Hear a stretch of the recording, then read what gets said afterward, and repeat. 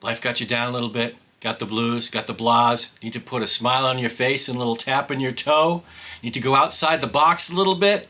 This is what the doctor ordered. Stick around and we'll figure this out together.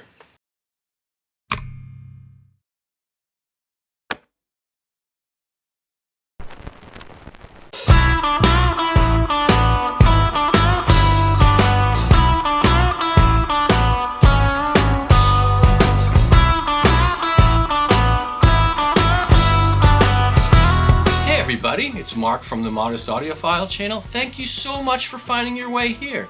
If this is your first time, thank you so much. I hope you enjoyed today's episode. If you're a returning visitor, thank you so much, and thank you for your patience. It's been a while since I put anything out there. I mentioned on a previous video that I just did yesterday, I think it was, that was on the Humming Guru ultrasonic vinyl record cleaning machine. If you like that sort of stuff, go check it out. If you watched it, you know what I'm doing the review on today. So, yeah, life had got me down a little bit, and again, it just happens, right? So, I wanted to put a little smile on my face, a little tap in my toe, and the doctor prescribed Sly the Family Stone Greatest Hits. We'll go over this a little bit more in a second, okay?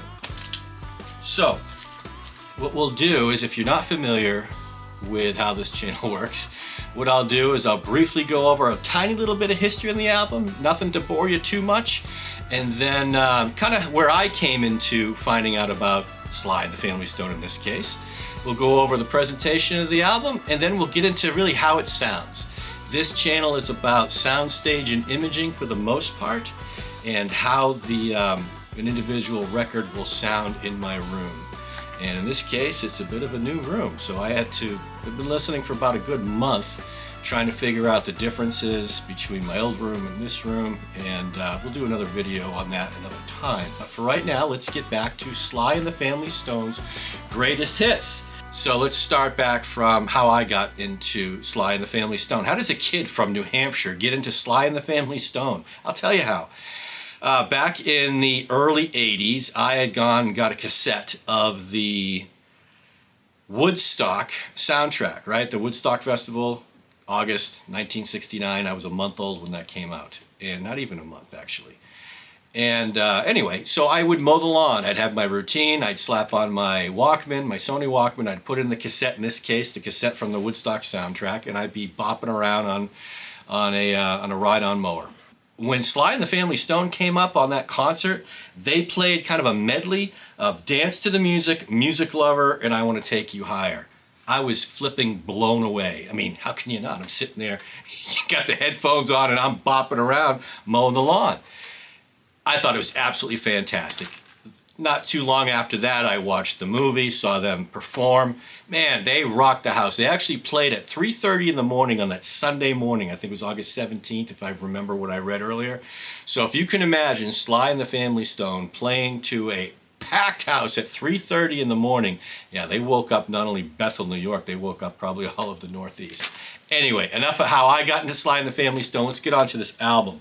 So yes, this is the greatest hits. It was released November 21st, 1970. The genre, I love what they put here for the genre. It's psychedelic soul, rock, funk, pop, rock and roll. The overall length of this album is 39 minutes and 56 seconds.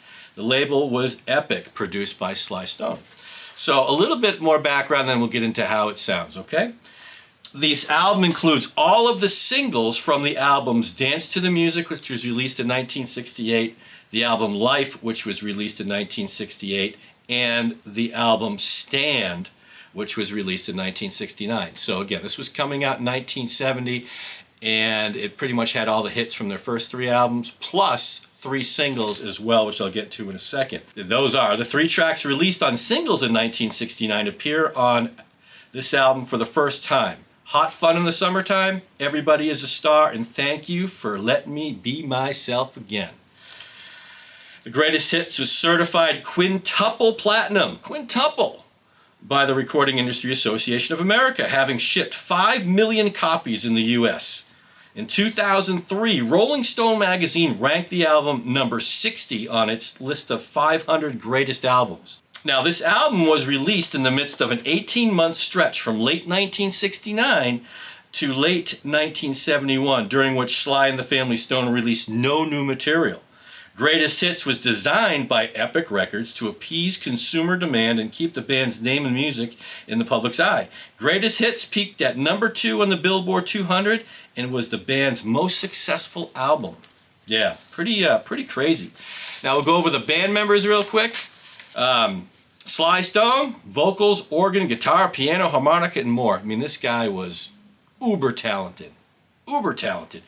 And one of the things that we'll discuss a lot in this album is the, how it was produced, and it just sounds amazing. Freddie Stone, vocals and guitar. Larry Graham, vocals, bass guitar. Rose Stone, vocals, piano, keyboards. Cynthia Robinson, remember that name, trumpet, vocal ad-libs. Man, we'll call her out in a few songs. She's excellent. Jerry Martini, saxophone. Greg Irico, drums. Little Sister, which is Vet Stone, Mary McCree, and Elva Mouton, backing vocals. I hope I got all those names pronounced correctly. So let's talk next about the packaging. Now, again, I mentioned this came out in 1970. I was in a record store, used record store. Well, I guess they sell new stuff too. About 2 months ago, and I purchased this used. This had just come in from somebody else's collection. It was still kind of sort of in some plastic. And I said, again, remembering back to Sly and the Family Stone and how much I enjoyed it on the Woodstock album, I immediately grabbed this. I said, all right, I'm not huge into Greatest Hits album, but on this one I said, yeah, this will suffice for now. I don't know a ton about Sly and the Family Stone except for I like them. So let's start with the Greatest Hits, and that's what I did. This right here is a 1979 pressing by Epic. And here's the cover. Nice gloss cover. The back. Look at that. Look at Sly. This is the gloss gatefold. Open this thing up. Check this out. Look at that. Look at that. That's just awesome. Just awesome. So the condition of this particular one is really good. I wouldn't say mint, but it's pretty close to near mint. No creases, no blemishes whatsoever. Really good stock. Very good album cover. There was no candy on the inside when I got this. I don't know if it came when it was first produced, but the record, you'll see a picture of it here shortly enough when we go over the different sides. But it came in reasonably good condition. Not really a lot of scratches. It had some surface pops and stuff like that, but this was one of the ones that I cleaned on the Humming Guru. And again, if I could figure out how to attach those things, it'll be here or here. I don't know, just go back on the channel and you'll see it. Very short video. And what I'll say is after I did clean it, I had listened to it a couple times, obviously, and it sounds great. After I cleaned it with the sonic cleaner, yeah, the soundstage opened up even more, got more depth, really showed a lot more depth in how I perceived the soundstage. An overall much better experience. This is a great album. Anyway, so let's get to how does it sound?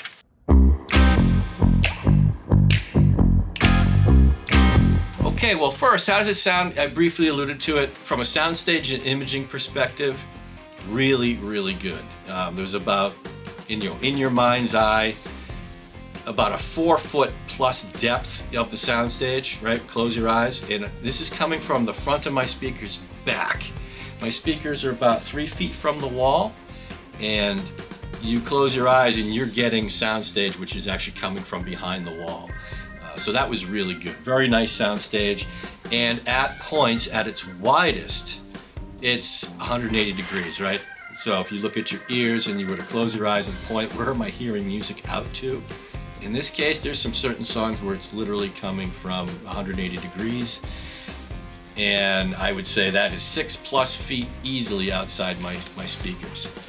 For those who don't know, my system, my analog system today consists of, it's an Audio-Technica turntable with a upgraded cart. Please see that in the description. That is going out to my Pro-Ject 2-box S2 Phono preamp. with an upgraded Genalex tubes. Probably my favorite component, if I'm being honest. And that goes out through my Rotel A11 Tribute integrated amp, and then out these Wharfedale 85th edition Denton anniversary speakers or something to that effect. So yeah, really happy with the system, and this record really shined through on it. All right, so we did a couple dB checks on the first two songs, so I want to get that out of the way just to show that it does have a lot of dynamic range, and this album does have a lot of dynamic range. It's got a lot of punch to it. When I did the first song, I Want to Take You Higher, we have a low dB of 69, high of 95, and an average of 86. My Rotel is turned to volume of 74, for those who want to know. And the next dB check I did is Everybody Is a Star, low end of 72, high end of 95, and an average of 83. Okay, so those are the two dB checks. Again, going back to the imaging, all the instruments, all the vocals are so locked into place. It's one of the, frankly, I was a bit surprised. The overall imaging was fantastic. Very crisp, great presence. The music jumps out of these speakers. The bass is full and round, and by the way, it's got a great fuzz on some of the tracks. Great bass fuzz. Very nice.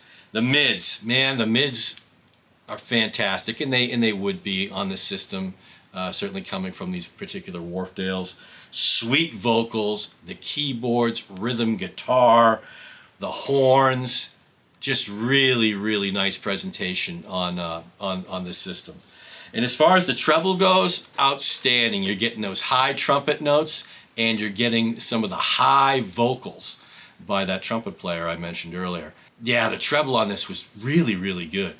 And as far as the overall height and what I'm getting in the soundstage as well, the height is coming through the ceiling here. Close your eyes and you're getting sound that's taller than the ceiling. So really nice soundstage and imaging, really nice. All right, now let's get to side one, all right? And I'm just gonna go over just a couple tidbits. And that's really it. I'll try to get you in and out of here as quickly as I can. So side one starts with I Want to Take You Higher. Just jumps out right away and says, hello there. And it's, yeah, it, da-na-na, na-na-na, na-na-na, hey, boom. And you are cruising right down the road of this song. It's fantastic. Gets you instantly moving in your seat. I had a hard time with this one. Right where the camera is, actually, is pretty much where my seat is, and it's looking over there between the two speakers. In this room, the speakers are about 7.5 feet apart, and I'm about 7 feet away. Yeah, this song immediately gets you moving in your seat. Pretty much every song gets you moving in your seat. It was tough to sit down for this one. Yeah, the horns, bass, vocals, hand claps, the boom chaka-laka-laka, boom chaka-laka-laka. Oh, man, fantastic. What a way to start this album off. One of my favorite songs that these guys do. Great isolated harmonica I put here coming out of the center, and killer trumpet in isolation coming from the left side of the soundstage. Never quite heard it that way. Certainly never heard it like that on the old Walkman. This was a lot of fun. Second song, Everybody Is a Star. This immediately takes you back, if you're of my age, a Gen Xer, mid-50s, and I can remember the corduroys or the jean shorts and the t-shirts. This song brought you right back to the mid-70s AM radio. And big smile on my face. Everybody's a Star provided great vocals with clarity, and I put location. The vocals would pop out all over the soundstage. Really nice effect. I enjoyed it. And what I did say here was, towards the end of this, and you got to remember these songs were originally coming out in 1968, the two albums in 68 and one album in 69. This had a little bit of Sgt. Pepper sound to it, a little peppery, if I'm being honest. A couple songs on this had a little bit of that psychedelia, peppery sound to it. Very nice. All right, let's move on to the third song called Stand. Nice tight drum roll to enter the song too. Killer hi-hat throughout. You know, you just get that sound omnipresent right there, locked in the center. for the duration of the song. Strong vocals on this, and again, if you watch the channel, you know I'm a sucker for hand claps, and this song had some beautiful hand claps, very wide in the soundstage. Really nice. All right, now we go from the third song to the fourth song called Life. Welcome to the Circus. Yeah, this is, I put Circus Time Big Top. It's like, close your eyes, you can almost see Sly with his top hat there in the center of the ring of a Barnum and Bailey or some other type of circus. And that's what this song provides. Not to the extent of being for the benefit of Mr. Kite on Sgt. Pepper. Not quite that circusy, but circusy enough. In Sly's, we'll call it Sly's Circus, okay? Great drums on the right, and you got the backing vocals going woo-woo on the left. Really tight, great stuff. Cymbal decay was really realistic. Again, I've had no issues with the quality of the production of this album. It sounds really good. I was so surprised at how just really good it sounds. Don't know why, but I'm really surprised for a 1979 record. Yeah, maybe. Yeah, excellent sound.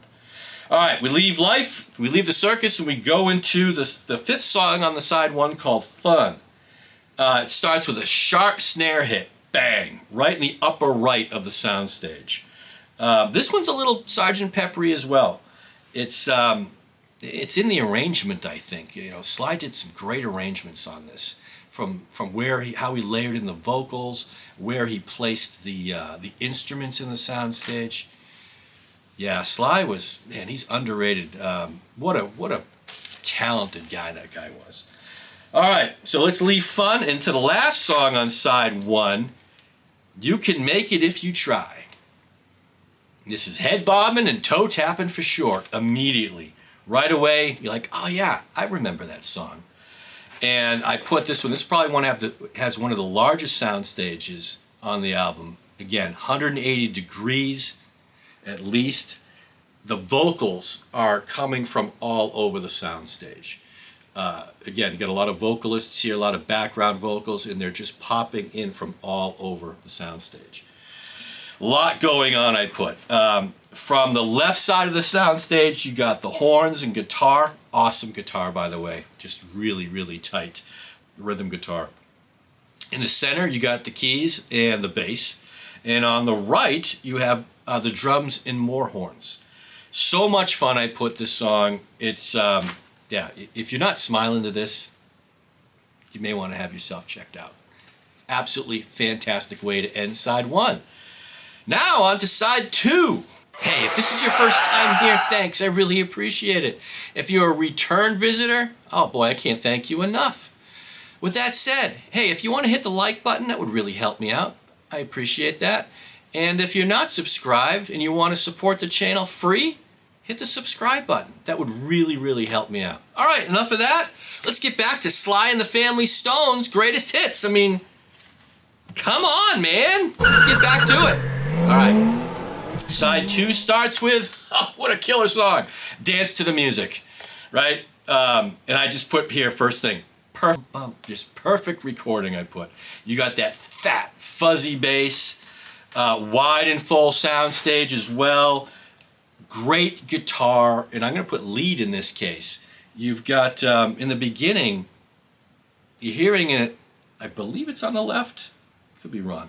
I believe it's on the left side of the soundstage, and it's in the background a little bit, which again gives it more depth in your mind's eye. You get to hear, anyway, you get to hear some space in the room. It's really well situated in the soundstage. So much going on here. Just sit back and enjoy it.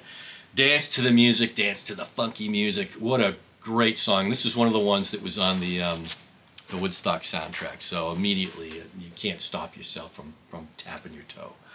Second song on side two is Everyday People.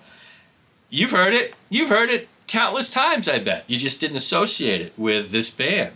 More flashbacks from being a kid in the 70s. I mean, again, listening to AM radio, hair out to here, back when I had hair, and a lot of fun. You get a cowbell on the left.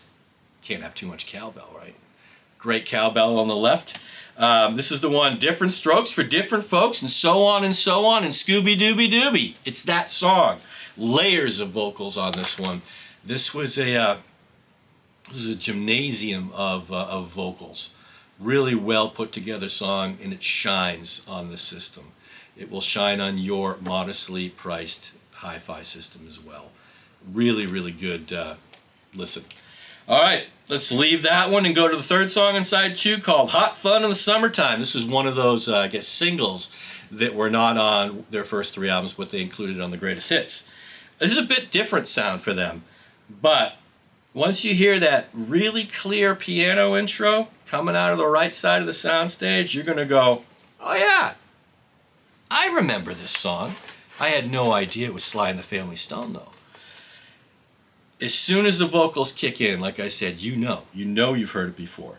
Great image and depth. This is another one that has that 4 feet plus depth going with it. Excellent pop in the drums. You actually feel it in your chest. This one has quite a bit of range as far as the dynamics go. And you get, in addition to the pop in the drums, you're right in the center, you're getting that tick, tick, tick, tick, tick, tick, tick, tick, tick of the hi-hat completely throughout the song. Laser focused right there. The spacing in the soundstage, in the imaging, I can't talk enough about this album. It is locked. Really, really good. All right, leave that when we go to the fourth song in side 2 called Milady. And it's got a nice panning of the intros, vocals on the intro. Nice panning, so you're going to get some vocals which are coming from left to right and right to left and crossing each other. Pretty nice effect there. This one, I'll say, you can't help yourself kind of making some faces, right? Thank goodness nobody else is in the room when I was listening to this, because I had that mean mug on. This whole album is going to elicit a lot of emotion out of you. Again, if you're alive, you will get some great responses to listening to this. I put outstanding percussion coming in on the left side of the soundstage.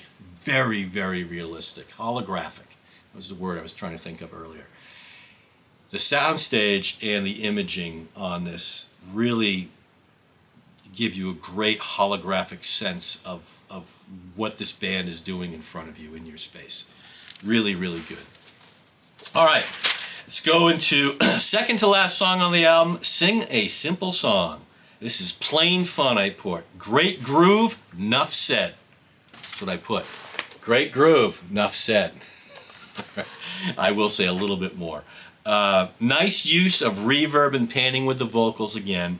And the bass sax, I think that's what the instrument is, a bass saxophone. I put is killer coming out of the left side of the soundstage. Oh, yeah, really deep. And again, if you got a decent, modest hi-fi system, this thing is going to sound really, really good. Last song on the album, and I want to make sure I am reading this correctly. It's called Thank You for Letting Me Be Myself Again. And the way it's written, it's very cool. Just take a look at that. Right where my finger is. Thank you for letting me be myself again. Yeah. This is a toe tapper for sure. A great way to end the album. So fun. I go, what a rhythm section. Just fantastic. Lots going on. Just listen and sit back and enjoy. Enter the music. This song wants you to enter, step inside the music. I put here great envelope filters on the rhythm guitar. Not that it matters, but yeah. So much fun. If you're looking to turn that frown upside down, everybody, go out and find this album. I paid $12 for this thing. All right. If you want to stream it digitally first, just to see if you're getting, just to see if you like it, yeah, do it. You're already paying for it anyway, right? Go on to Amazon, go on someplace else, and stream the album. If it doesn't put a smile on your face, well, I'm sorry. If it doesn't, I'd like to know what does. This is a fantastic listen. So do yourself a favor, everybody. If you're having a day that's just or life has got you down a little bit and you need a quick pick-me-up, you want to put some tap in your toe and some bop in your head, yeah, go out there, find yourself a copy of Sly and the Family Stone's 1970 release of Greatest Hits. I mean, look at that guy. Seriously, he's having fun. Do yourself a favor and take it for a spin. Or again, if you don't want to go out there and find it on vinyl, go out there and stream it right now. You could do that right now. Make some time for yourself. At the end of the day or on the weekend, grab your favorite beverage, kick back, and turn your frown upside down. Because if not now, when are you going to do it? That's it, everybody. It was kind of rocky first video back. I'm just trying to remember how to do this. I promise I will have more out in short order. Turn my frown upside down and I'm ready to go. And with that, I'll let you go. Thank you so much for finding your way here. I hope you enjoyed it, and I hope you find your way back in the future. Check out the other stuff I got here if it's your first time. I really appreciate it. Take care. Bye.